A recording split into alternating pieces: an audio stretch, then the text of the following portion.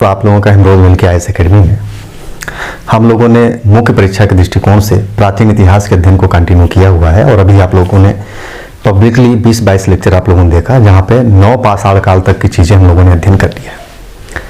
अब आज से आप लोगों की ये क्लासेस प्रॉपर वे में पेड ग्रुप में मिलेगी, जहां हम लोग ऑप्शनल के दृष्टिकोण से प्राचीन इतिहास का अध्ययन करेंगे।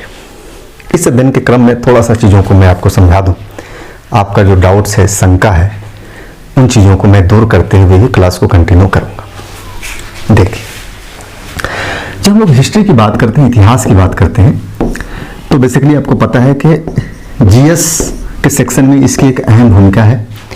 और ऑप्शनल की अगर हम लोग बात करें तो अभी यूपीएससी में ये ऑप्शनल के तौर पे चल रहा है, बाकी स्टेट पीसीएस में ऑप्शनल के तौर पे बाकी सब्जेक्ट को हटा दिया गया है, बाकी सब्जेक्टों को हटा दिया गया। इससे पहले आप लोगों को पता है कि मैंने पॉलिटी के ऊपर फोकस किया था कि आप लोगों को ऑप्शन में पॉलिटी पढ़ाऊंगा। पॉलिटी के दौरान मैंने बच्चों के अंदर बहुत सारी चीज़ों को देखा, कुछ ऐसी कमियां जिससे मुझे लगा कि आप लोगों को एक सही दिशा में लेकर के चलना जरूरी है। ऐसा नहीं था कि मैं पॉलिटी लेकर चला, मैं पॉलिटी भी बहुत शानदार तरीके से पढ़ा सकता हूँ आप लोगों को। ऑप्शनल हो सकता है मैं इतिहास के बाद पॉलिटी की तरफ बढ़ूँ भी, पढ़ाऊँ भी, लेकिन मेरा मकसद बेसिकली आप लोगों को मिसगाइड करना नहीं है। मैं ये नहीं चाहता कि मैं आप लोगों को मिसगाइड करूँ सिर्फ अपने फायदे के लिए। मेरा मुख्य उद्देश्य है आप लोगों का सिलेक्शन और आप लोगों को सही दिशा दिखाना। यही वजह रहा है कि मुझे इतिहास की तरफ बढ़ना हुआ ऑप्शनल को लेकर के। इसके कई सारे फायदे मुझे नजर आ रहे थे जो सीधे सीधे लाभान्वित हो सकते हैं। और सच में देखा जाए, जब आप पढ़ेंगे इतिहास को, ऑप्शनल को, तो आप पाएंगे कि जीएस वाले सेक्शन में आपको ये सारी चीजें पढ़नी ही होंगी।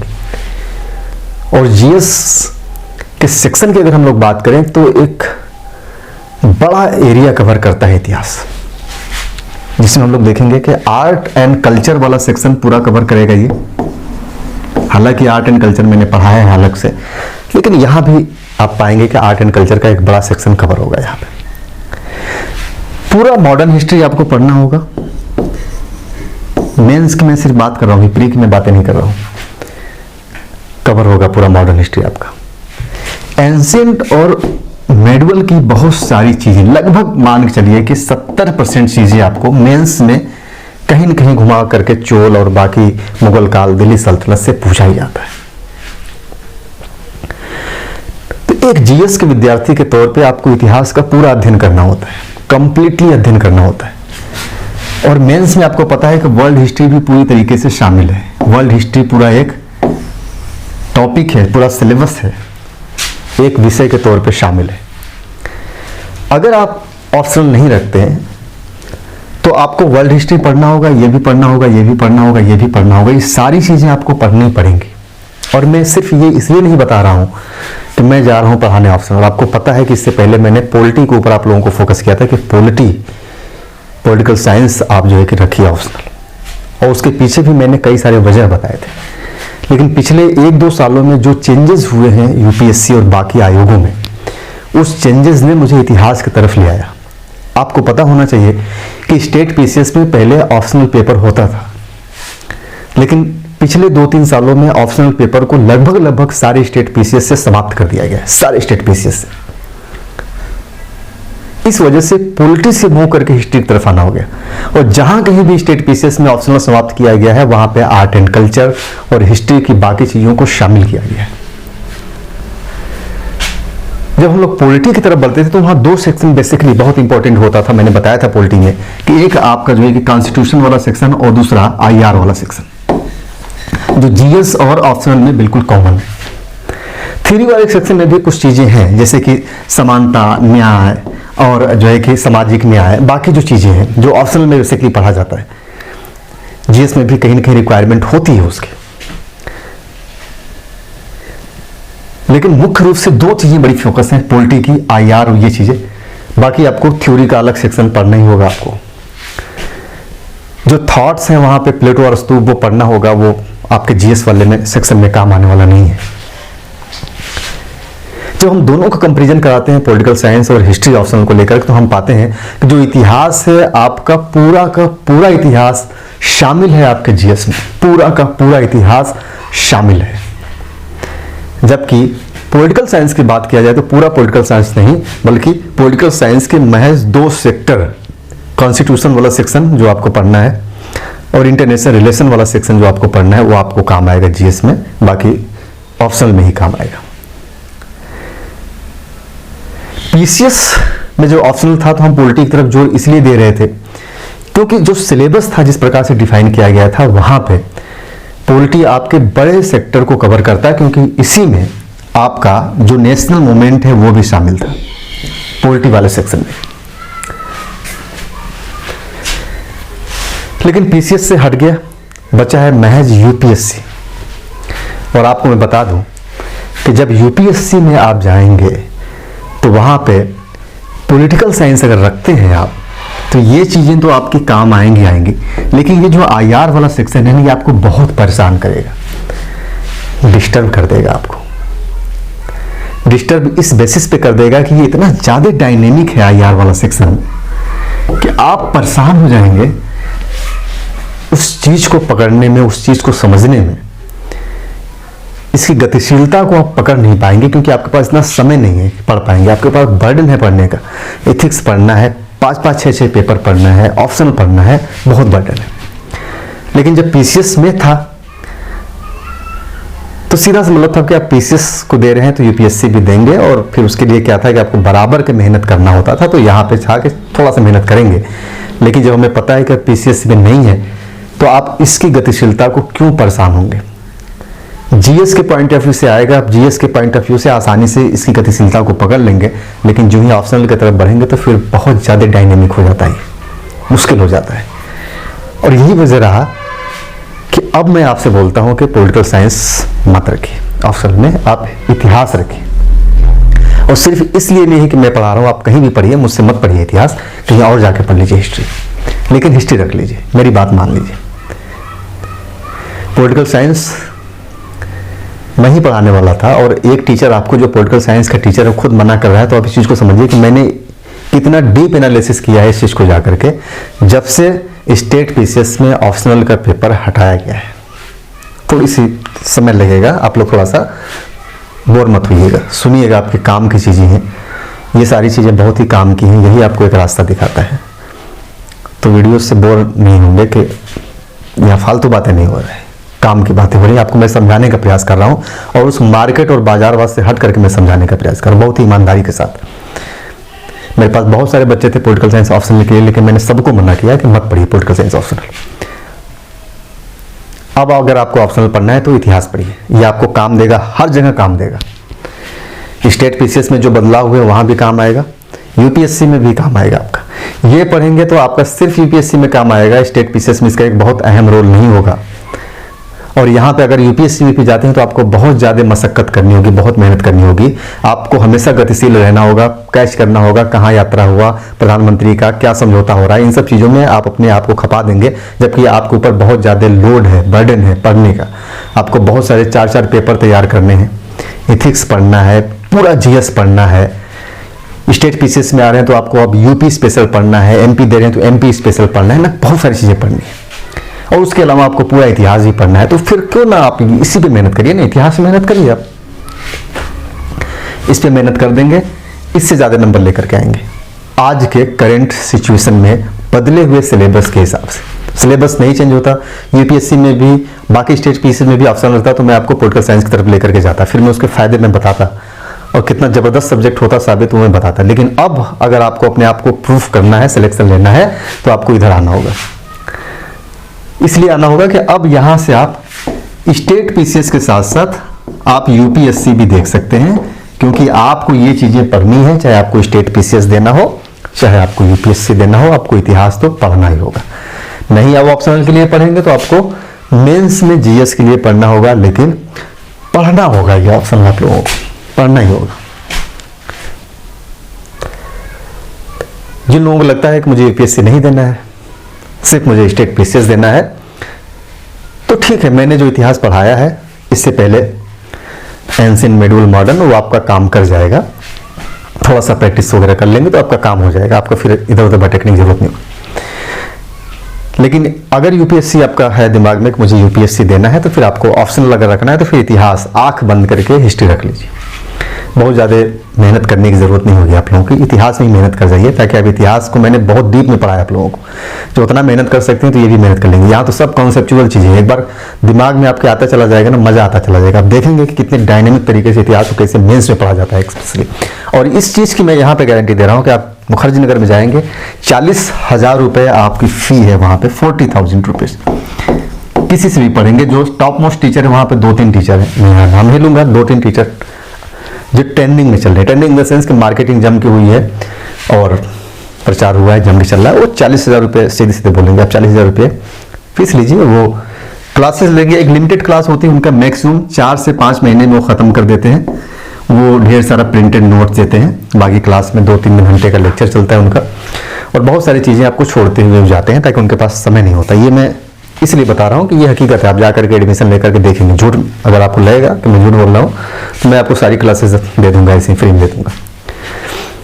मुखर्जी नगर में लंबा समय मैंने गुजारा है, टीचरों के बीच मैंने गुजारा है। इलाहाबाद में मैंने लंबा समय गुजारा टीचरों के बीच, कोचिंग सेक्टर, टॉप मोस्ट जितने कोचिंग है लगभग हर जगह मैंने क्लास लिया, और हर जगह मैंने देखा कि किस प्रकार से चीज़ें चल रही हैं और बच्चों को किस प्रकार से लोगों का ट्रीटमेंट दिया जाता है। 40,000 रुपया 4 से 5 महीने की क्लासेस, डेली का 3 घंटे की क्लासेस होती है, 2.5 से 3 घंटे की क्लासेस होंगी। खूब लिखवाएंगे आपको, आएंगे बस खड़े होंगे, लिखवाना शुरू हो जाएंगे, और ढेर सारा प्रिंटेड नोट्स आपको दे देंगे। क्लास में जो आ गया समझ में आ गया, नहीं आ गया तो फिर जाहिर सी बात है, क्लास हो गया सो हो गया, तो वो चीज़ें चलती है। मैं यहाँ बताना चाह रहा हूँ कि मेरी जो फीस होगी पूरे क्लास की, जिसमें हिस्ट्री के चारों सेक्शन हम लोग पढ़ेंगे ऑप्शनल के लिए। 4 सेक्शन आपको पता ही है, एंशिएंट, मेडिवल, मॉडर्न और वर्ल्ड हिस्ट्री। और मैं आपको बता दूं चारों सेक्शन न केवल ऑप्शनल बल्कि जीएस के लिए भी आपको पढ़ना है। वर्ल्ड पूरा पढ़ना है, मॉडर्न पूरा पढ़ना है, और एंशिएंट मेडिवल का आर्ट एंड कल्चर वाला बड़ा सेक्शन, उसके अलावा और भी मेडिवल की कुछ चीज़ें जो शामिल होती है, एक बड़ा सेक्शन आपको पढ़ना है जीएस मेंस के लिए। प्री के लिए आपको पूरा पढ़ना ही पढ़ना है, प्रारंभिक परीक्षा, तो ऑप्शनल के लिए भी चीज़ें पढ़ने होंगे। अगर ऑप्शनल पढ़ते हैं तो आपका फिर जीएस प्री, मेंस में आर्ट एंड कल्चर वाला सेक्शन और बाकी के सेक्शन सारी चीज़ें कवर जाएंगे। तो मैं इसका फीस बेसिकली चारों सेक्शन का मैं मुखर्जी नगर का 50% रखूंगा, 20,000 रुपये।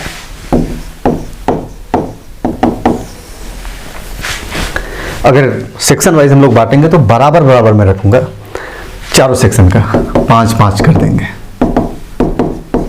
5-5-5 सीधे सीधे।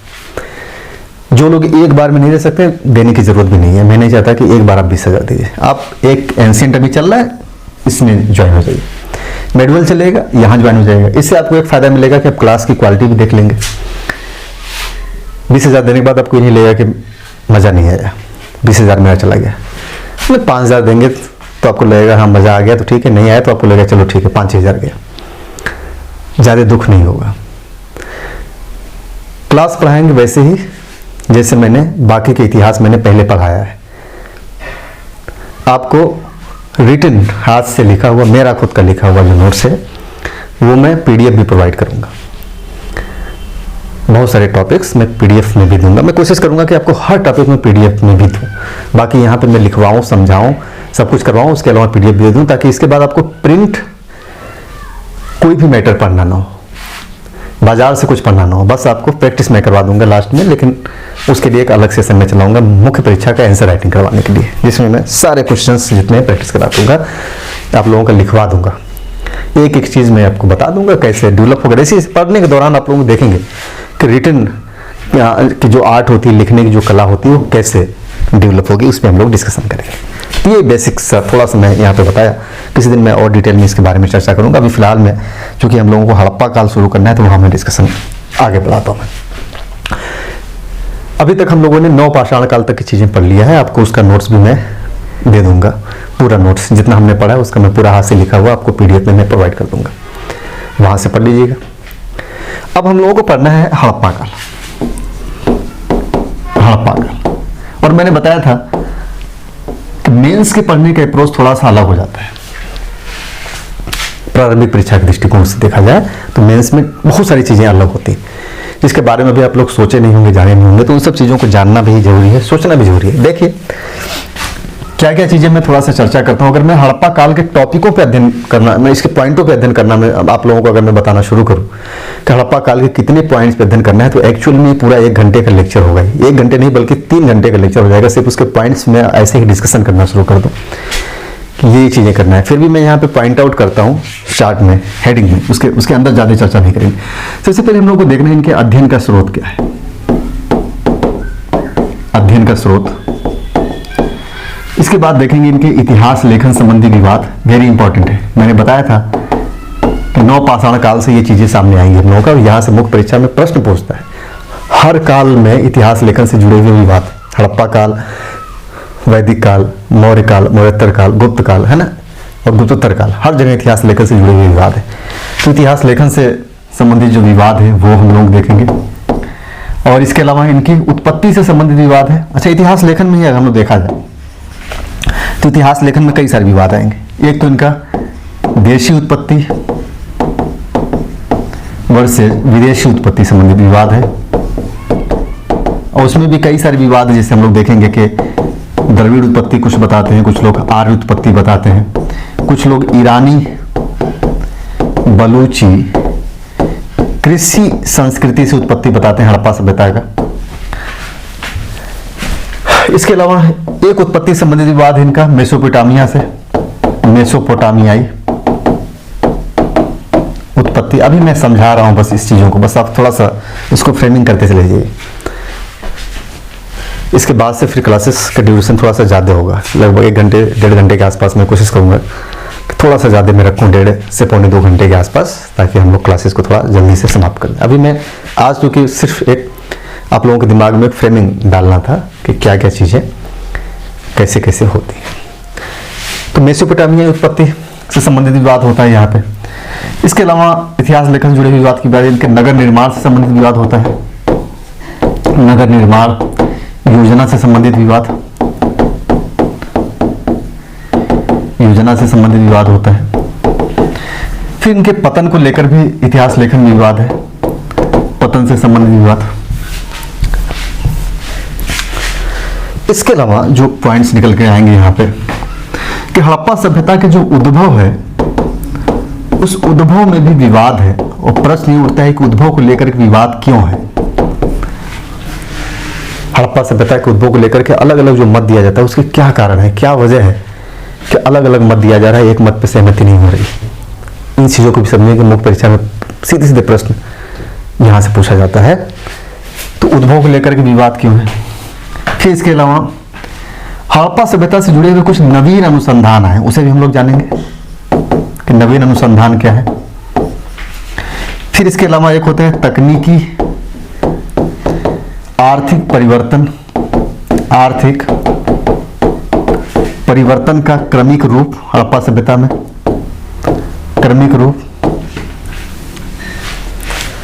और हड़प्पा सभ्यता के पतन को लेकर के जो विवाद है, उसमें भी 2-3 विवाद है। बेसिकली एक विवाद है इनका कि अकस्मात पतन होता है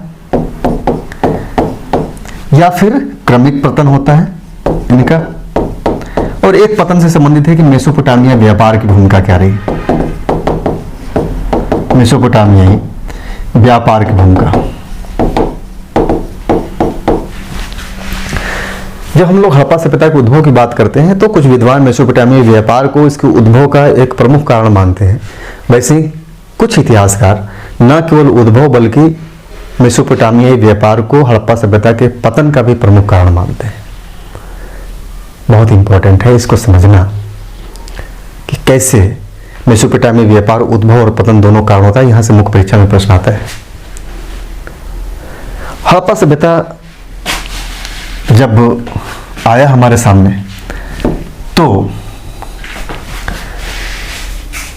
इसका पतन हो गया या इसका उद्भव हुआ, तो इसके पतन और उद्भव का भारतीय उपमहाद्वीप पे क्या प्रभाव पड़ा,